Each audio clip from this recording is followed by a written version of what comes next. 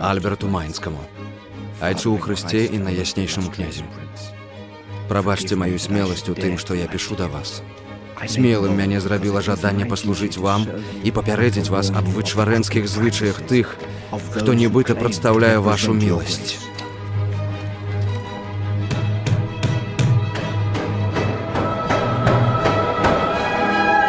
Христос загадаў нам прапаведаваць не індульгенцыі, але Евангелле. Перашлі гэта ў Рым.